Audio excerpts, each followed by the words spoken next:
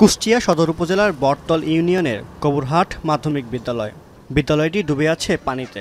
পানিতে ভাসছে ময়লা, ছড়াচ্ছে দুর্গন্ধ। ৬ মাস ধরে পানিবন্দী বিদ্যালয় ও এর আশেপাশের এলাকায় প্রায় অর্ধশতাধিক পরিবার।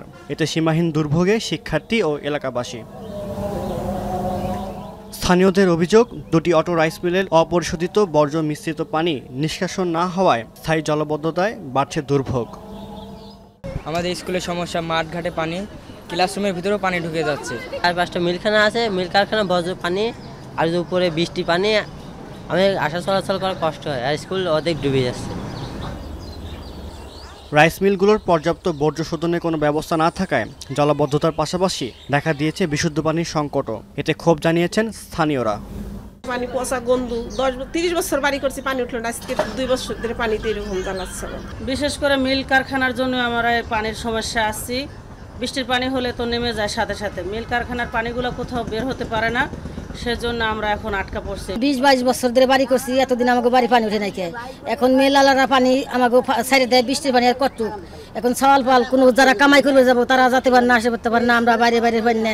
দীর্ঘদিন ধরে অভিযোগ জানালেও মিল মালিক ও প্রশাসনের পক্ষ থেকে মেলেনি কার্যকর কোনো ব্যবস্থা। এই বিষয়ে মিল মালিকরাও বলছেন ভিন্ন কথা, আর সংকট নিরসনে আশ্বাস দিয়েছে প্রশাসন। অটো রাইস মিলের আমাদের যারা আছে প্রত্যেকেরই জায়গা জমি আছে পানি নিষ্কাশনে রাখার জন্য, সেই সব জায়গায় থাকে এবং আমাদের জায়গার উপর দিয়ে এই যে আশেপাশে যে বাড়িগুলো আছে তারা আমাদের জমির উপর দিয়ে চলাফেরা করে। আমার পানি এই মাঠ দিয়ে যাতে না যায়, আমি তো বাউন্ডারি দিয়েই রেখেছি এবং বিকল্প পথ হিসাবে রাস্তার ধার দিয়ে জেলা পরিষদের জায়গা দিয়ে আমি 10 লক্ষ টাকা ব্যয় করে আমি পানি নিষ্কাশন করে সরকারি খালে নামিয়ে চাপাইগাছি বিলে দেওয়ার সম্পূর্ণ ব্যবস্থা রয়েছে।